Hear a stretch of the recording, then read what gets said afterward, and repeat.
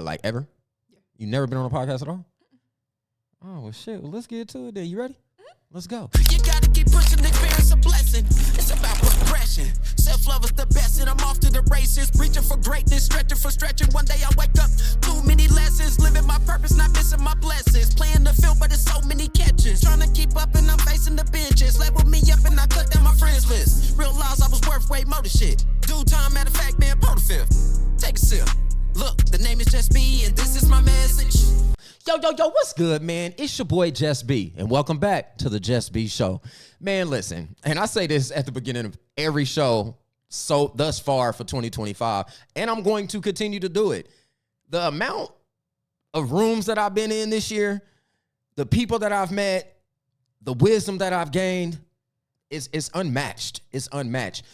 God told me, he said, JusB, it's your year. I said, you damn right it is. So I'm living it, and I'm on everything, every opportunity that's brought my way. As long as it aligns with my brand, I'm on that shit. Don't miss it. And I advise everybody out there to do exactly the same. Why would you want to miss any opportunity? First of all, that makes no sense at all, right? Especially if it's something that could benefit your brand. If you're a content creator, an influencer, a small business owner, or just what they call it, a serialpreneur. Yeah. That's like an entrepreneur on steroids. That's all they do. No matter what, don't miss it out. Don't miss out on the opportunities at hand. All right? Now, as you know, my show is about self-love, unity, progression. We talk about where she come from, what she doing right now, and where she plans to go. But we only can make that happen as long as you'd agree to be bold, authentic, and most importantly, impactful. You willing to do that? Yes. All right. Well, welcome to the show, Queen. Thank you. I appreciate it. This is not only my friend, but a business constituent. I like to use that word. She's a business bestie. Yes. She does her own thing. She gonna tell you all about it. Yes. But Olivia Mingo has showed up and showed out every time that I see her in any room. And I love that about you. I admire that about you. So again, welcome to the show. Tell them a little bit about what you do. So what I do is financial education in a whole, because it's something that we all need, but it's not something that we really know where to go to, especially if it's not something that we're privy to. Right. So things that I educate on is like life insurance, annuities, debt settlement, right? Our economy is always in debt, but not a lot of people understand how to get out of debt. Right. Yeah, so, okay, I got debt.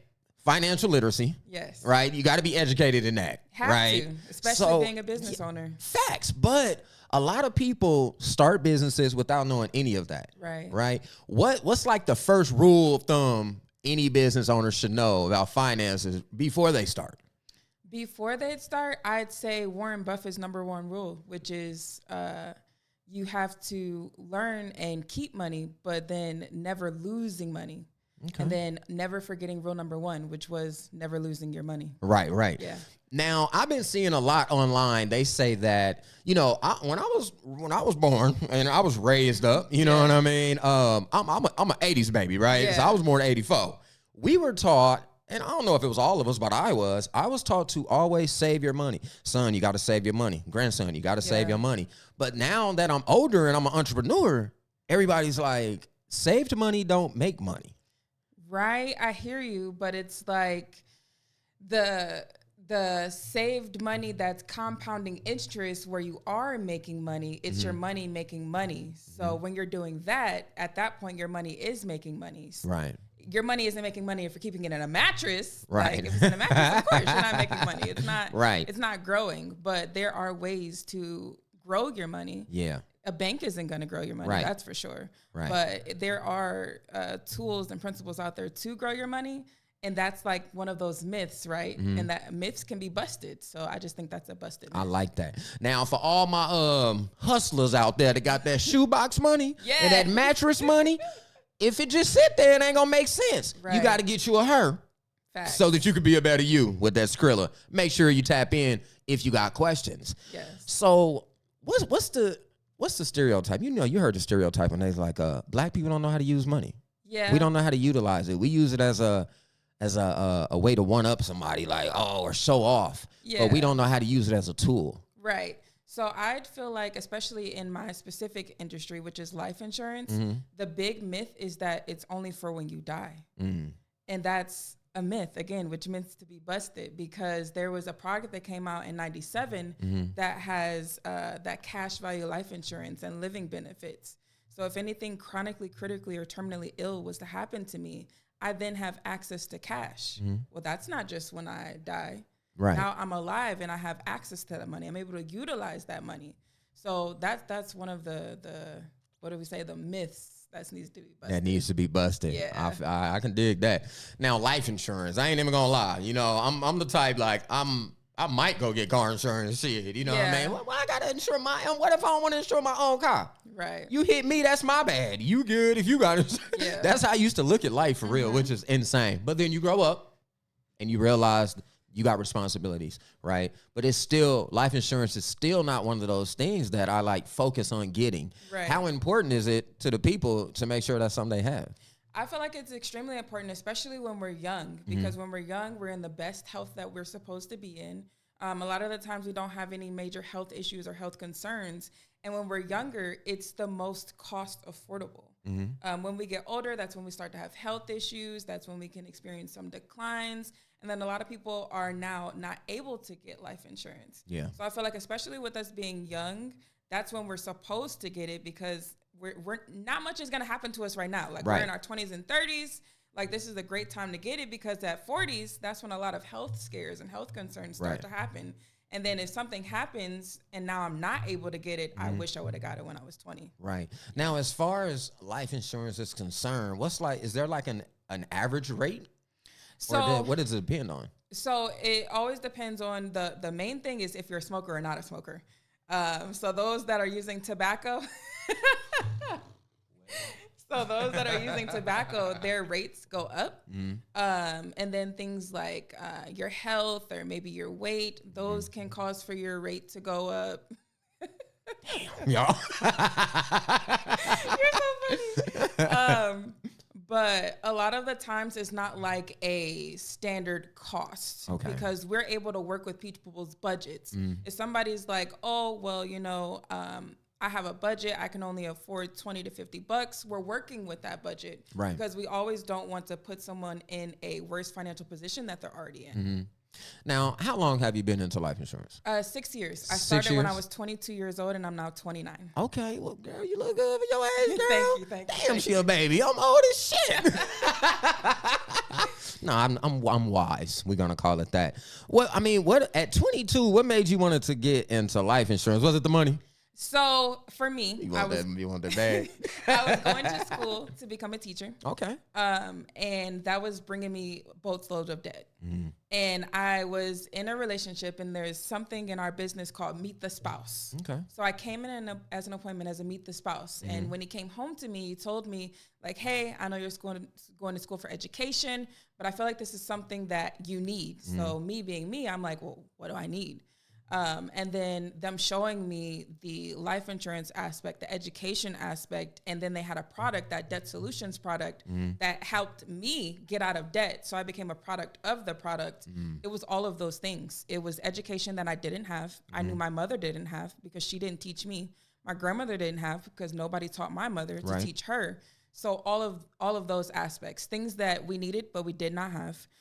The opportunity to change my last name. I come from Detroit, Michigan, and my last name doesn't mean much. Right. So someone telling me I now have an opportunity to make a difference and make my last name mean something, that meant something to me at 22. Girl, talk your shit then. Yeah. I love that. All of that. And then the money. Like, right, and then the money. The money matter. Yes. Yeah. Because I heard them, my life insurance agents be...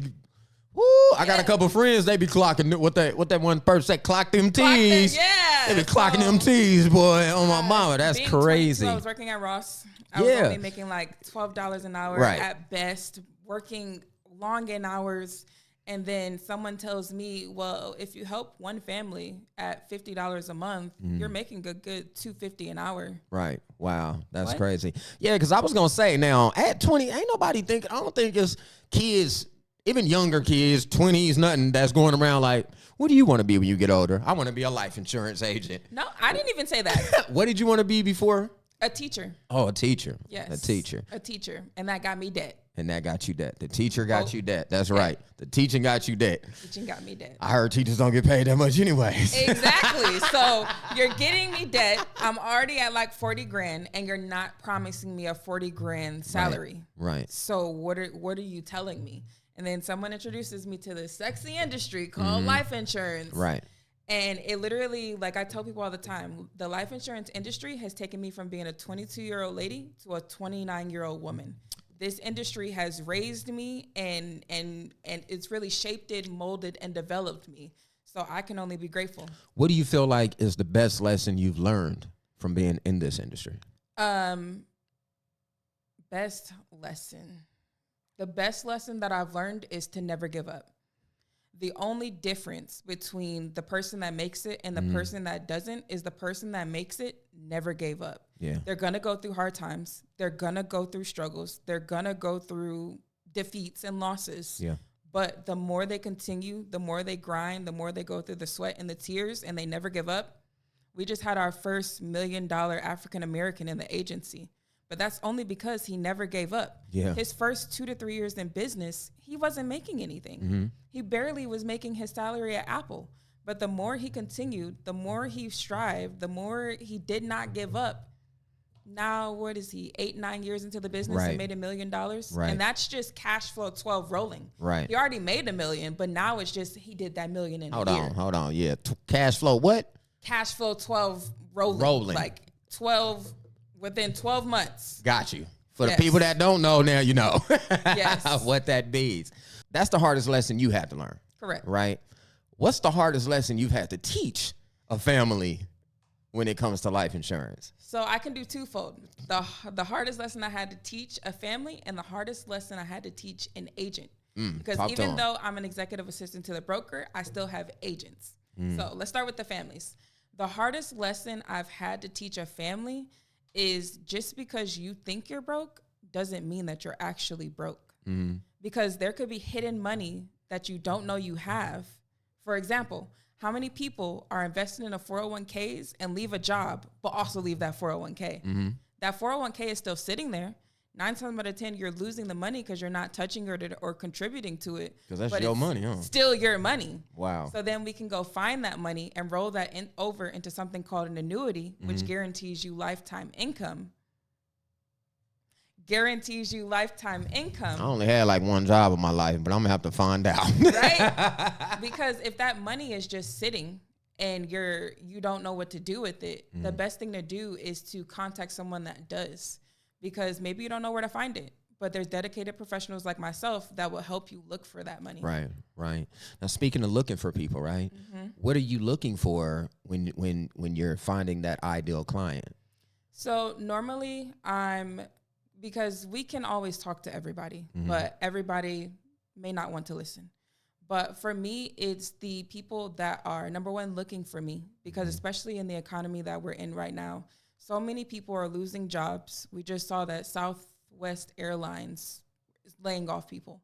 So that's because their airplanes don't work no more. Everything falling out the fucking sky. My bad. It's okay. Damn, my bad, y'all. I'm sorry. The funny thing about that is they started with the higher ups. They didn't even start with like the regular employees. They started laying off managers, supervisors, whole 9 yards. But so people that are experiencing layoffs, people that are just looking for an opportunity to make money. When it comes to clients, people that are looking for an opportunity to save money. Not everybody wants to play in the stock market and participate in the market loss. Some people are looking for that financial security. Some people are looking for a way to protect their principal. Those are clients that we're looking to help. Okay. Ooh, shit. Now, entrepreneurs, is it? No, I think it's probably the same, huh? You approach them the same? An entrepreneur versus somebody with a 9-to-5? So I'm actually both. I'm a hybrid entrepreneur. So I have a 9-to-5. I work for Barclays Bank full time. And then I also am an entrepreneur. So we call those hybrid entrepreneurs. But I help everybody. I help people with a 90. Damn hybrid entrepreneur. That's a new one. I help people with 9-to-5s. I help small business owners. I help business owners. I help everyone. I help senior citizens. It's anyone that needs me, I'm willing to be there, be a blessing. Anyone that needs the education, because just because you're in a different aspect of your life doesn't mean that you don't need help. Okay. Like I'm reading a book right now called Leadership for Boss Women. Okay. And I had my previous boss come up to me and say, but you're already a boss. Why would you need to read Clock this? that T. Why would you need to read this book? And I'm like, well, just because I'm a boss doesn't mean at my leadership capacity doesn't mean I can't stretch that. Right. So just because someone is a business owner doesn't mean that they can't stretch their capacity to be helped. Right. Just because one's a small business owner doesn't mean they don't need to be helped. And especially those in 9-to-5s, they're literally in a rat race. People are struggling paycheck to paycheck. Some people are paycheck to paycheck, waiting for that next paycheck to paycheck. waiting for that next check to come by. Please. I be having them days sometimes. Like last week, I said, "Oh, damn! I hope this money come right now, right now." But how many people are teaching you to go from paycheck to paycheck? Right. Nah, facts. Yeah, I'm self-taught with everything. Yeah. YouTube University, shout out to y'all. I graduated. YouTube University is legit. Man, though. listen, I graduated like 300 times from YouTube University. I should own that How many hairstyles motherfucker. have happened because of YouTube University? I'm pretty sure this podcast set came from YouTube University. Listen, it's real. Yeah, I love it. So are you speaking locally? Are you doing any speaking engagements? How are you getting it out besides my podcast? So I'm looking to get into speaking engagements. Right now, it's just been in my local office. We're always inviting guests to our local offices every Tuesday night and Saturday morning to educate our community. But of course, I'm looking to get my face out there more. I'm actually going to be starting a YouTube channel. I know the last time we talked, I was in the works of preparing. You're supposed to tell them you don't know me. No, just playing. YouTube channel. But yes, the YouTube channel, I'm in the works of getting that finalized. I didn't know how much work needed to go into something like that, but it's definitely something that I'm excited about. It's definitely a lot of work to it's one thing to grab a phone or grab a camera and create content, right? Yeah. Mind you, creating content is not just grabbing your phone or Right. grabbing a camera and pressing record. At that point, you're just taking some footage, right? Creating content is what you do after you do that footage. So it's not for the weak. And if you need help, call your boy. Absolutely. I got you. VIP package. All day long, I got you. So how have you enjoyed being a part of the Business Besties? It's so amazing. I love y'all, by the way. Y'all the shit. My gosh. Y'all the shit. Business Besties, I love it. I started about almost 3 years ago. Damn, you been with the Besties that long? Yes. I ain't even know. Look, until recently, I said, Promise, you been doing this that long? She said, JusB, bro. I said, damn. I just caught on a year and a half. Yeah. It's phenomenal. At first, I joined during a scavenger hunt, and I really didn't know what I was embarking on and the type of community that it actually is. But now I'm a leader in the community, Hey. right? I love working alongside Promise, especially with us being so close in age. Just seeing her and knowing that I'm on the right path, but then being on the right path and still being able to help someone that's still on the right path. I love it. Meeting the ladies, getting to see that no matter what, I can uplift on a different platform outside of my business and help those ladies, even like with our mentorship calls, like not just Promise pouring into us, but me getting the opportunity to pour into our ladies as well. 100. I really love our community. 100. Hey, I make sure to show love to all my sisters over there at the Business Besties and Promise the Boss Builder. Yes. That's my girl. That says, ladies, if you're an entrepreneur, a small business owner, which is still an entrepreneur, I don't care if you're an influencer, a creator. If you want to be bigger and better than what you currently are, tap in with the Business Besties. Now, mind you, this is not something where they're trying to take over what you got going on. They're not trying to take control of anything, right? They just want to help you take control of you, right? So that you can boss up and then help other bosses boss up. Yeah. That's a good way to put it. That's an excellent way to put it. Business Besties. Make sure y'all check them out, ladies. All right, now we got to really get to you. Okay. So I've seen you around the city doing your thing. You've been at a few events that I've been at since you told them I know you and shit. You know what I mean? Now you on the JusB Show. You're doing life insurance. You work at the bank. Yes. You know, that's a lot of shit to be doing. And I understand as an entrepreneur that does hella shit. But like you said, we got to always pour into ourselves, right? Yes. So what are some things that you do to practice loving you, girl? So some things that I do, number one, outside of that book, there's a second book within that book called 200 Affirmations. So I'm reading that book, but then also pouring into myself in the morning. So I wake up early, I'm reading those daily devotionals, meditating, really focusing my energy so that I know, because something that I didn't grow up with was confidence in myself. And it was really business that made me pour into myself more. Yeah. And then reaching out to mentors that I have in business and outside of business that are able to pour into me also, but utilizing those resources, because there's resources out there. Yeah. And a lot of the times we see them in front of our faces, we just don't use them. Yeah. So outside of the resource, books, heavy. Yeah. When you read, I know a lot of people don't like to read, but I feel like audio book, listen to it or something.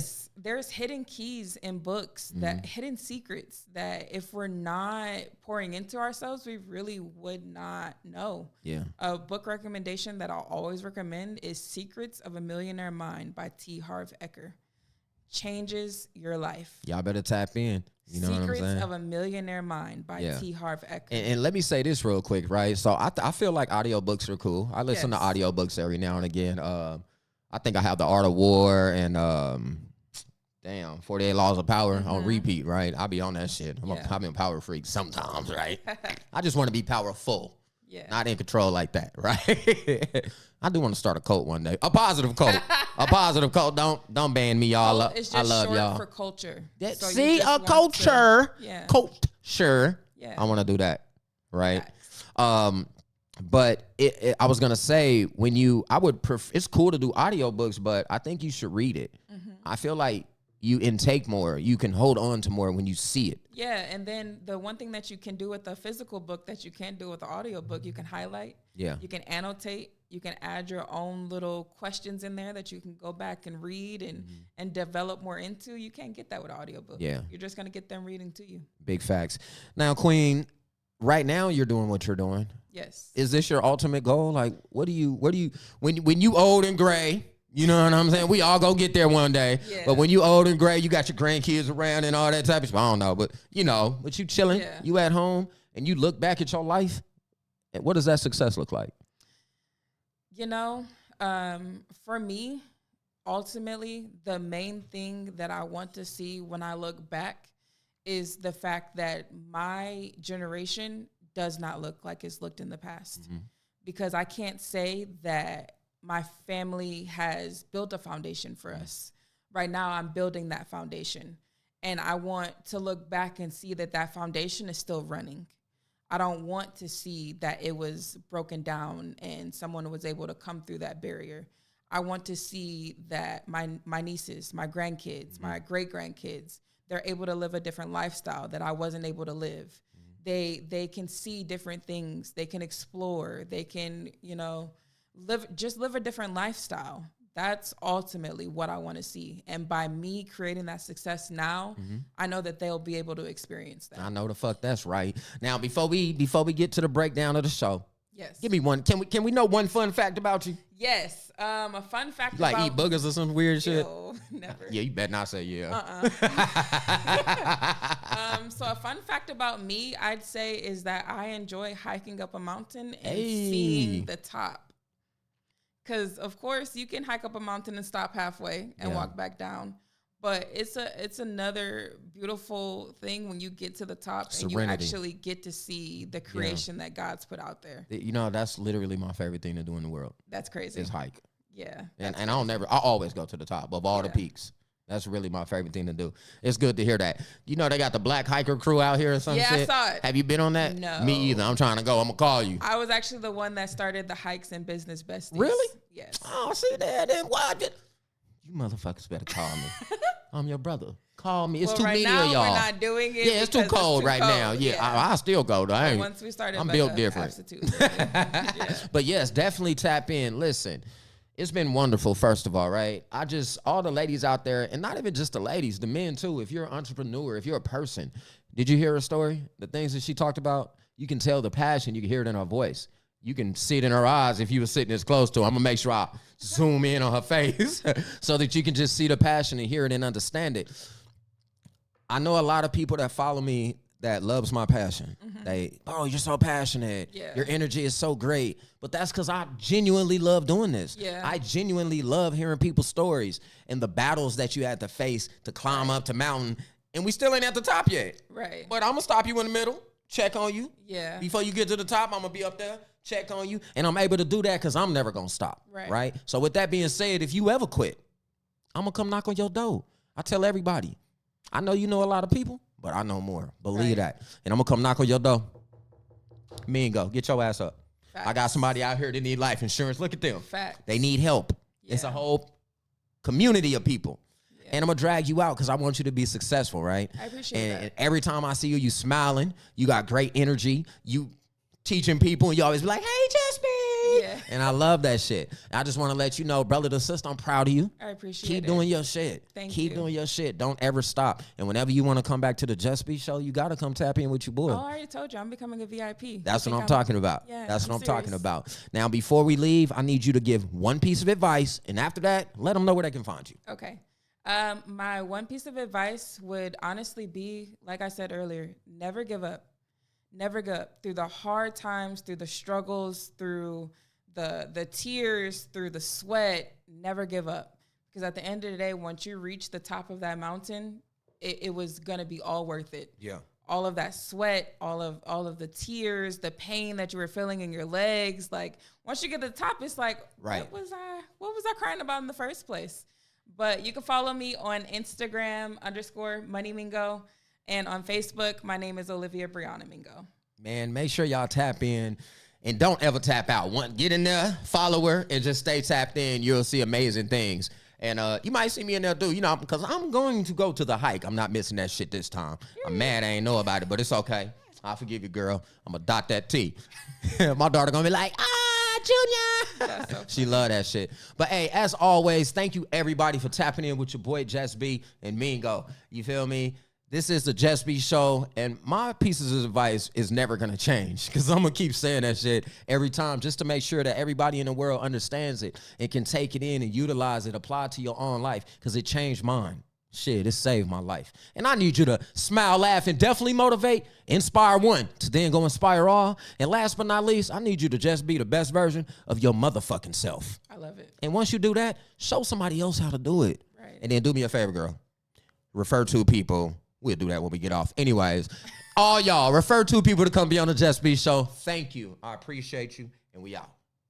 I love it.